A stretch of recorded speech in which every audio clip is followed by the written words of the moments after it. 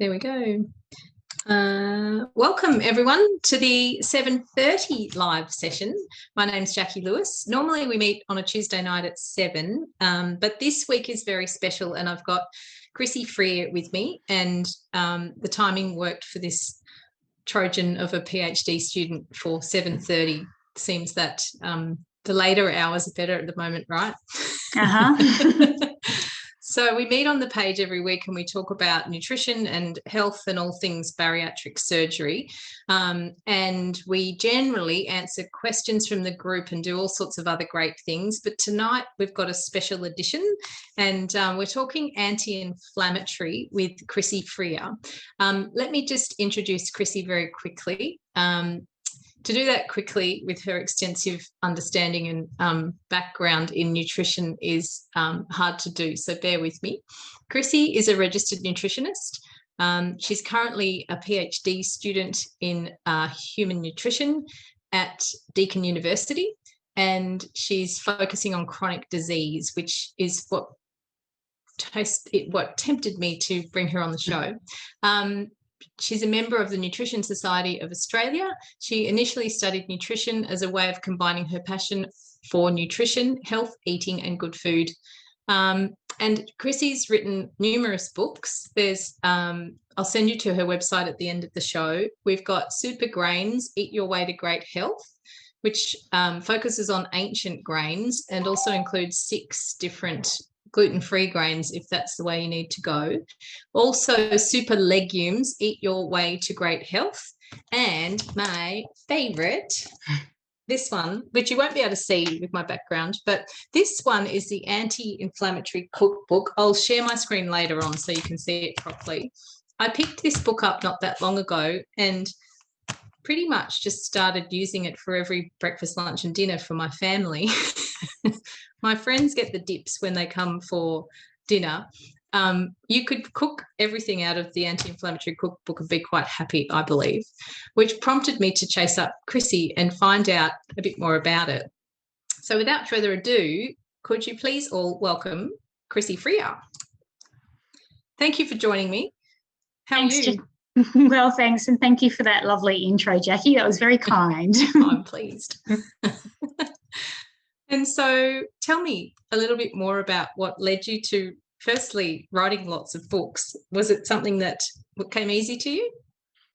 Look, I've always had a really strong background in food as well as nutrition, and I'm a big believer that, I love food, and I'm a really big believer that you can have the best of both, and that great nutrition is also about really delicious and yummy and healthy food. So I think my books were a really great way of, promoting that message and showing that healthy eating can be really delicious as well. Fantastic. Yeah. And with that comes not only delicious, but also, good for you and healthy and has different outcomes as well. Yeah. Yeah. And I think too, lots of people, sometimes people need help with the practical application. And I think that the cookbooks are a really great way to put into practice what is my messages. Absolutely. Thank you. And so we're talking about inflammation. I mean, it's a word that's bandied around a lot lately, and it's quite generalised, and we're all talking inflammation this and inflammation that, but we don't often define it. Can you explain a little bit more about that as far as, systemic inflammation or just, my thumb's swollen? What's the difference? Yeah, so it's definitely a buzzword at the moment, and for good reason, because the more we learn about it, we're sort of really realising that chronic inflammation, which is different to acute inflammation, is really sort of the catalyst or this underlying presence in just so many diseases. And I think when we think about acute inflammation, it's actually a positive thing. Like, our body sends a response to whether it be bacteria, or we cut our finger, or we fall over and sprain an ankle. And that inflammation is our body's way of sending a signal to rectify the problem. But where we start to get into trouble is when the body starts to send signals, but the signal doesn't get turned off, if that makes sense. So we end up with this kind of underlying inflammatory response, and that can actually start to then cause damage to the body. And that's when inflammation becomes problematic in a chronic sense. So, but I think the hardest thing about it is that it can be going on pretty much undetected. And that's what, yeah. And if you look at the risk factors, they're kind of pretty, it's things like stress or diet, particularly high saturated fat. Obesity is a huge one. So lots of lifestyle factors can be risk factors.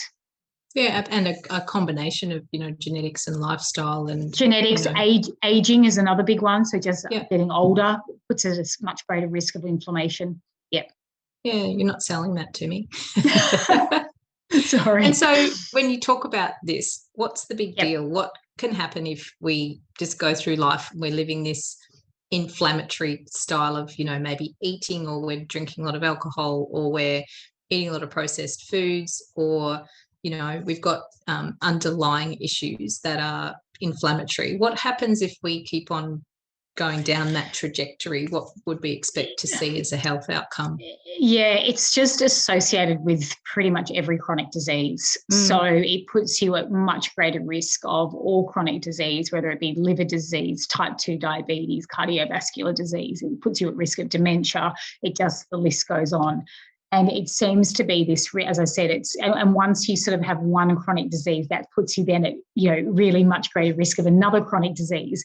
So if you develop type 2 diabetes, you're more likely to have liver disease and so on. So it's kind of this cascade effect is how I would describe it. But obesity is really, is often the catalyst, because we know that with adipose tissue, so with fat tissue, actually starts to act like an endocrine organ, and it releases these pro-inflammatory chemicals. Yeah, correct. And if you're constantly in that state, you're sending these messages. Your body just picks it up as I need to attack this, basically, to help to fight this invader. Totally. For want of a better word. So it's like my imagining of it is that there's like this radar at the top going, what's going on in my body? And there's something going on. So the immune system is on fire trying to actually sort it out for you, which is a good thing, like you say, when you cut your finger or you sprain your ankle. Totally. But if this is happening every day of the week for years and years and years, the body just gets tired. Yeah, and it's not self-rectifying like with acute inflammation. It self-rectifies. It has that immediate, it has that period of acute inflammation, and then it resolves itself. But with chronic, it's just this so I always refer to it like a switch being flicked on. Do you know what I mean? It's like somebody's turned on a switch and it's like you've left the light on. Yeah, absolutely. Burning up all of that. Also, that's taking away from other functions in the body when the immune system's focusing on one thing. It's a load, where immune system's meant to look after, preventing cancer, preventing cold and flu, preventing, everyday kind of issues. But when it's got this bigger fish to fry, all those smaller things that happen along the way, the body just can't deal with. So, maybe you do cut your finger, but then you don't heal as well. And then that leads to infection. And then things become more problematic when the body's in good order. Yeah, it be able to balance it. It compromises everything. Absolutely. Yeah. Thank you. And so then it is a big deal, and it's showing up in our kind of general public health in Australia when we've got, risk of obesity, cardiovascular disease, all of those things, and even dementia and Alzheimer's are part of this picture. So what do we do? Like what sort of foods and actions would drive that inflammation in the first place? What are we doing that's not correct? And then we'll talk about what we could do. Yeah, okay. So from a dietary perspective, the really big drivers of inflammation, saturated fat is a really big one. And we know that saturated fat has this, it's interesting, there's now evidence that in the colon and stuff, that the body actually it almost senses it as being a bacteria or a pathogen. So it's sensing the saturated fat as being a pathogen in the body. So it's sending out this inflammatory response. Dietary fiber or lack of dietary fiber is another one. And we know that gut health is really pivotal as well with inflammation. So, things that compromise your gut health, like not having adequate dietary fiber. processed foods. So processed foods are the really big one. High sugar intake, high fat intake again, in the saturated fat. And if you look at the modern Western diet and, you look at how much processed food has crept into our diet with saturated fats, trans fats, etc. So they're sort of the really big ones. And then also things like alcohol, that's adding. So by the end of the week, we could do some damage, couldn't we? Totally. A few drinks on a Friday night and a couple of takeaway dinners. But the good news is doing some good stuff on the other side. The good news is that there's lots of really positive things we can do, and that's what I like to focus on is what are the positives that we can do. And there are so many. So we know that there's foods that are pro-inflammatory, and they increase inflammation, and that's those saturated fats, processed foods, etc. But then we've got all these wonderful, beautiful anti-inflammatory foods that we can include in our diet that will help to reduce inflammation and reduce our risk of chronic inflammation. So they are things like antioxidants and polyphenols, which we find in fruit and vegetables. So high fruit and veg intake is really important. They're also high in dietary fiber. And again, high dietary fiber content is absolutely key. And then we have our good fats. So while saturated fat is a negative, we've got our good fats. So I'm talking our mono and polyunsaturated fatty acids. So these are things like extra virgin olive oil. Yeah, it's the best oil. Must be extra virgin to really get the benefits, because the extra virgin's also got all those lovely polyphenols. Things like nuts and seeds, avocado, fish, oily fish with omega-3 fatty acids, they're all anti-inflammatory. Yeah. What are your thoughts on coconut oil, while I've got you, being a saturated fat and being the fix for every problem that a paleo person has? What's the story there? Look, it's coconut oil is an interesting one. To be honest, we don't have a lot of evidence on it. We don't have much research, unlike olive oil, where we have this plethora of amazing research studies that we know it's amazing. Coconut oil is, because it's fairly sort of new in its popularity. Yeah. Yes, it's predominantly saturated fatty acids. There is some arguments that its configuration is slightly different to other saturated fatty acids, but we just don't know. And at the end of the day, you just can't beat. I don't recommend it because it's just not worth. When we know that there are other oils that are so much where the evidence lies. Yeah. That's great, because you can do your own reading online, and one article says, go for it, eat as much coconut oil as you can, it'll help you lose weight. And then the next one goes, no, don't touch it. So it's nice to hear from the source, what's going on. And extra virgin olive oil, good for dressings. Would you cook with it?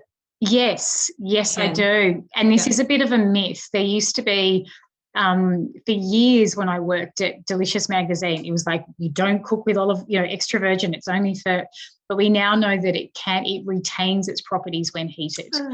In saying that, though, it does have a slightly lower smoke point. So if you're, say, I wouldn't use it for deep frying or something where it's got to be heated to a really high temperature.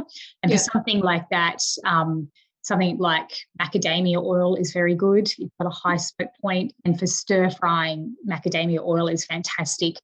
You can heat it to a really high heat. You know how sometimes when you heat oil and it smokes? That's, and they all smoke at different temperatures, which then tells you kind of how robust that oil is before it gets damaged. Yeah, so I do find that for like Asian cooking or stir frying, macadamia it's got a really lovely fatty acid profile that can be heated to a higher temp. But yes, for just pan frying, you can still use your extra virgin. Good tip, thank you. I've always been cautious about cooking with olive oil, so that's good to know. Tell me about sesame oil and flax. Where would they rank in this kind of profile as anti-inflammatory and good to use in your food? Yeah, flaxseed oil is really great. So flaxseed oil is definitely sesame seed oil. I'm thinking yes, but Yeah, I'm thinking Which yes. I guess too, they use that for stir fry really hot, so it must be quite a high smoke point with sesame as well. Flaxseed not so much. I wouldn't heat that too much. I'll be honest. I don't know the exact mono to poly ratio of sesame seed oil off the top of my head, but I'm thinking that it would be fun. Brilliant. Thank you. We could talk about oils for a long time because they're pretty special. And, you know, I think also just to cover that off, people have been so scared of eating fat at all, but not recognising that there's different types of fat. So I see it in our group quite a lot. It's like I'm looking at the low fat options and avoiding, you know, putting oil on anything, when that kind of does keep you full, and it helps your skin health and your, you know, anything down to hormonal health and that sort of thing. Should we be scared? Look, I think with fats, it's just, you've just got to remember that not all fats were created equal. So it's about having fat in your diet's really important. It's essential for so many bodily processes. Our cellular outer layer is a fat layer. So it makes sense that for healthy cells we've got to have adequate fat in our diet. But in saying that, it's got to be the right type of fat. So, and I think that's where we can become a little unstuck. And we've also got to keep in mind, I guess, that it is a higher energy density than a lot of other food groups. So it's just that balancing act of having the right amount, but at the same token, if weight is an issue, then keeping it within moderation. Yeah, correct. Thank you. And so brings me back to your beautiful book. And I always find it incredible that someone has this many recipes in them. Like, you actually write your own recipes and put them all together. And that I acknowledge, because I'm not a recipe making machine. I always steal other people's and I give them a reference. But it's not easy to do, to make a whole, make quite a few books full of things that actually come out like you say they will in the recipe, firstly. And secondly, taste delicious with such healthy ingredients. My favourite is your roast chicken with the Moroccan spices and the kale stuffing. Like, that's just, I do that on the barbecue and it's just sensational. So I love that one. So how does it begin for you, a recipe in your, Oh, I've written thousands of, over the years. I was only thinking about it the other day, because I've been writing recipes for magazines since I was 25, and I'm now 40. So there's been a lot. I don't write them as many. I don't do it as much these days as I used to. Look, it's sometimes researching and looking at what other people are doing, getting inspiration from restaurants, eating out, be inspiring. And I think I've always had an absolute love of different flavours, and hopefully I've got a good idea of flavours and what works. Yes, definitely. Combinations and that sort of thing. Yeah. And I can't stress enough, dried spices, fresh herbs really are just the key to healthy eating that's also flavoursome, because absolutely. You can add a spice rub to a plain chicken breast and transform it from boring to yummy. Absolutely. And I think that's the thing we forget, looking from polyphenols and all the different things that plants provide us. Like, those herbs and spices are a powerhouse of just such health-giving.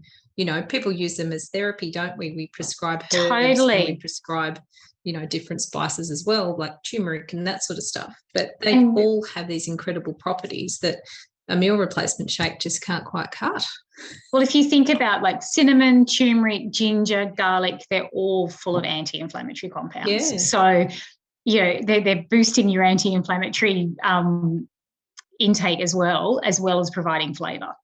And I guess if you go back in time, when this was how people used to eat, Middle Eastern cuisine, if you look back at the traditional cuisines of different parts of the world, it was all meat and veggies, and they spiced it up with what was local to them. And that's how their whole, framework was established. And we're lucky enough in Australia to have such a multicultural selection of, foods available that it'd be nice to get back in touch with just natural food, with exploring the, exciting flavors you can bring to food with just herbs and spices, which don't have many calories.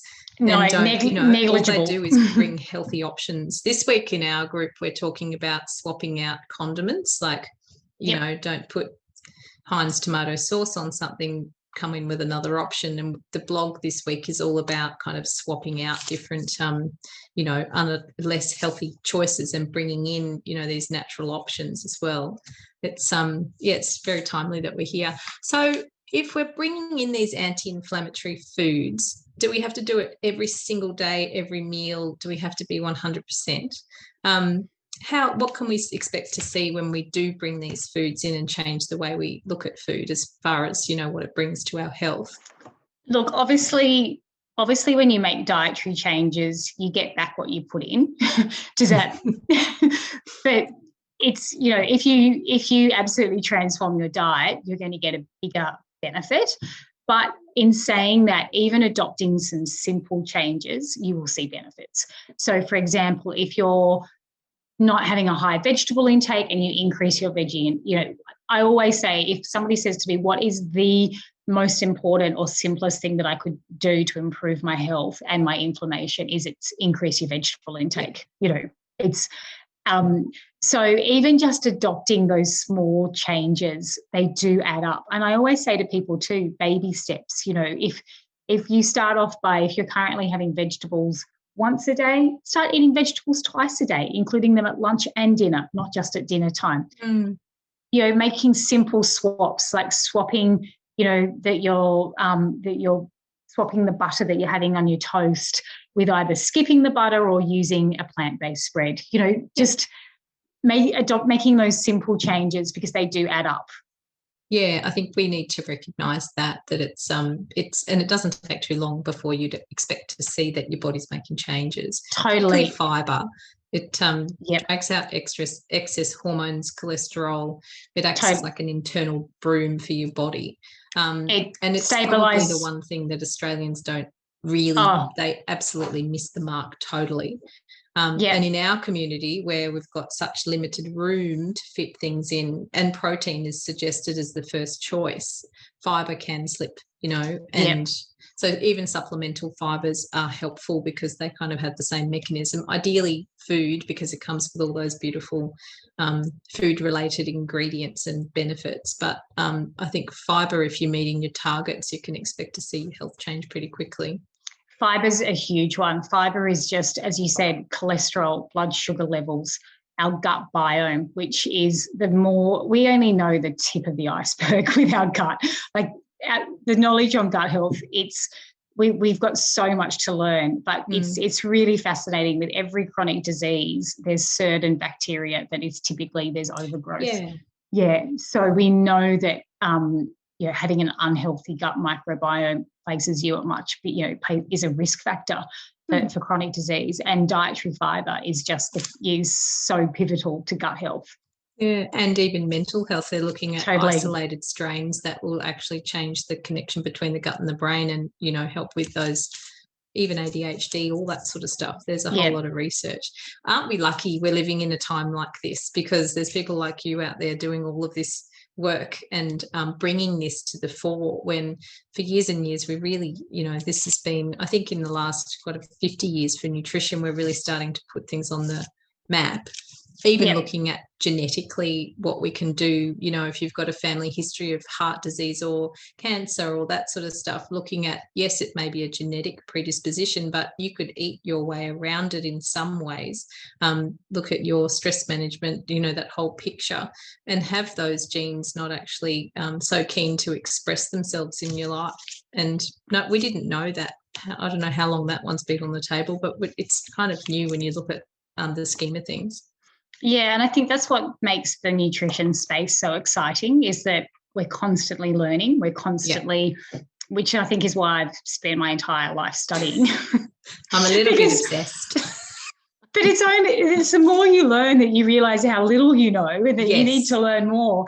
But that's what keeps you going. I go to my book club every month and they're like, did you read the book? I'm like, no, but I read this. They're like, what even is that? So it's certainly, it can turn you into a pretty passionate human.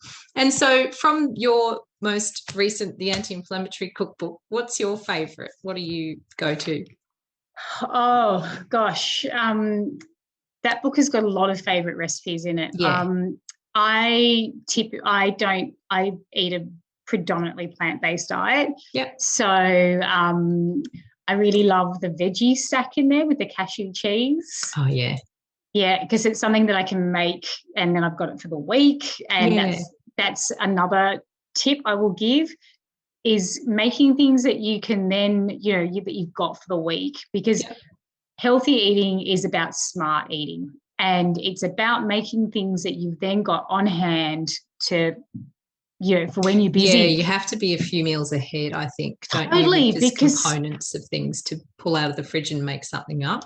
It's really easy to eat well when you've got time and you're not stressed, and work's, and family's easy. When it becomes difficult is when you're working late or the kids have got stuff on, and that's where the more organised you can be, the better. And have you got any tricks on that? Like, do you spend maybe Sunday preparing, or what's your trick of actually, you've got how old is your child? Harriet's 10. Yeah, so you've got someone else to consider. How do you stay on top of it? You're studying, you're working, you're doing all sorts of things. Yeah, so I've got lots of little tricks actually. So things like if I make brown rice or quinoa, I make a big batch and then I freeze it in individual portions. So then if, say, I make a stir fry for dinner, which takes 10 minutes, I can pop out a container of brown rice and warm it and serve it with dinner. Just little things. Or if I want to make a lunchtime salad and I've got a little pot of brown rice to add to my salad. That's a good one, because brown rice can trip you up. It takes a long time to cook. Totally. And if you're cooking at the same time as you're making brown rice, often I'll have the meal with no rice because it's too slow. Yeah, but you can, so making batches of things that you can. And then I typically at the beginning of the week will make, I try to make one sort of baked item that I can put in Harriet's lunchbox, or for myself for snacks, so like a healthy muesli bar or a muffin, and again, something that can freeze. And then it's just pull it out of the, and that way you're not buying processed biscuits and things. Yeah, things like that. Cooking is great. So making, if you make a soup, make a double batch. If you're cooking it, it really is, 5 minutes of extra prep to make a double batch, and then freezing extra. And then you're not throwing those veggies away if you haven't used them, which is good. And planning your meals for the week. That's the big one for me. On a Sunday, I sit down and I go, okay, I'm quite boring. I tend to have the same lunch 4 days in a row, but I'll just make a soup for the week and go, okay, this week I'm having, vegetable and lentil soup for lunch. Make it, put it in containers. And I think that's something to consider, is that it's food and it has a job to do. Do you know what I mean? And if you're eating the same thing each week that's healthy and it works for you, I don't think we need to have such a massive, you've got a veggie soup there with a whole range of different nutrients in it. I don't think you need to vary that too much. Whereas if you're having, a burger for lunch every day, you probably do need to mix it up because there's meat and one vegetable on there. But if you've got foods that have quite a few components, you can eat them, through the whole week and still get what you need because it has so much in it. Totally. And it's, I think too, with vegetable, in my back, one of the... Yes, you are.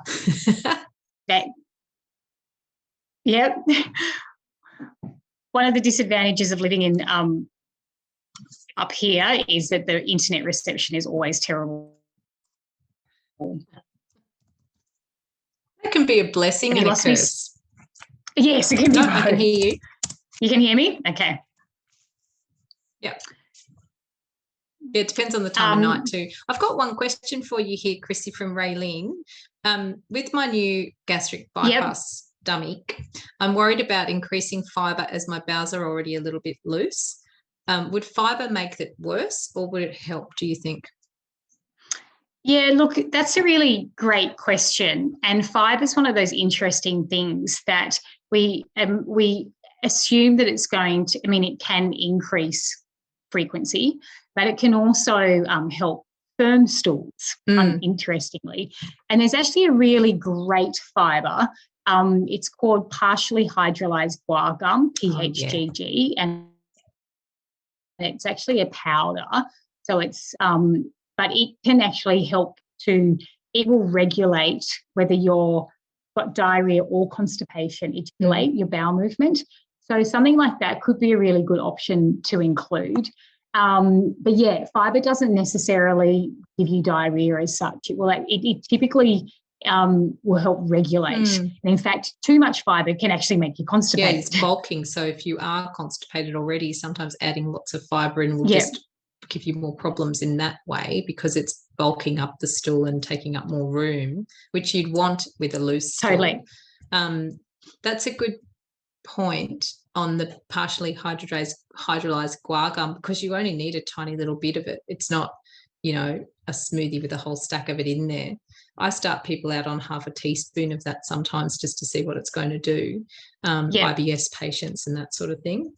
Yeah, as I said, I typically use it for people with IBS, but I was just thinking for some of the people in the group that it could actually be quite a nice way of adding a little bit of extra fibre. Absolutely. And just to also highlight that sometimes a loose stool is a sign of inflammation. Would you agree? Yes, absolutely. Yeah. So if your stools are loose on a regular basis, you would look at what's going on. With bypass, sometimes it can be like a lack of enzymatic activity because they've changed the mechanics of the digestive system. So things are not breaking down awesomely. But we would say on the Bristol stool chart, the 1 to 5 is the looser stool is a sign of inflammation in the body. In a general patient, but looking at a bypass patient, we'd have to kind of see what was going on there. But it's something to definitely consider is adding that fibre in, and don't be scared of fibre.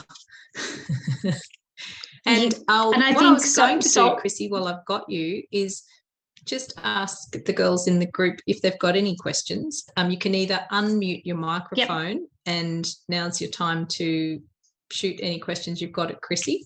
Or you can type them in the chat if you're not keen to do them audibly as well. So you can either place a question for us in the chat, or if you're ready and you've got a question you'd like to ask, now's your time. I was just going to say too, back to the fibre one, soluble fibre will help add some bulk to the stool too. So that could be a good tool rather than sort of insoluble fibre. Yeah, that's correct too. We also do a corn fibre, which is and it's totally soluble. It doesn't go gelling like a psyllium husk, and it's not a bulking fibre, and it's great for gut health and all that sort of stuff. The particular strain of bacteria that the corn fibre produces in the gut is linked to better calcium absorption, and the research on that is it's increased calcium absorption by about 12%, which in bariatric realm is huge because calcium absorption is so heavily affected. So that's and also meeting your calcium in. I'd love you to send me some information. I would love you to send me some information on the corn fibre if you can. Yeah, I definitely will. It's we found it in the States and brought it in because it just fits our market so well. And it's so easy to use without all the, mixing things up and glugging down jelly kind of yucky fibrous stuff. You can just put it in your coffee and you'd never know it was there. And every teaspoon adds 5 grams of fibre to your meal. So it is a good workaround for people who aren't fitting in the veggies. Yeah. Great. Yeah. And so I was going to say, I've asked for questions, but everyone seems to be satisfied with what we've provided so far. We have your beautiful book on our website for sale. So if anybody is looking for a copy of the Anti-Inflammatory Cookbook by Chrissy Freer, my background always encapsulates anything I want to show you. There it is, look. It's available on our website, and I can guarantee you there's 220 pages of food that you'd love to cook for your family. easy recipes, and they're not far out ingredients that you have to go to some, far-reaching health food shop to pick up. It's generally nice and accessible. On hand. And thank you so much for your time. I know 90 hours a week this woman is putting in at the moment, so it's but I've been quite honoured to have you give up your evening to spend with us and to share your message around anti-inflammatory foods and how we can help our health over the longer term. And we're doing a podcast, guys, with Chrissy, and so we're recording in the next little while, so stay tuned on the Australian Weight Loss Surgery podcast for that episode. There's so much more we could talk about, which we will do, and another chapter in the anti-inflammatory story. Thank you, Chrissy. Thanks so much for having me. Thanks. Go and have some sleep. Take care. Bye, everyone.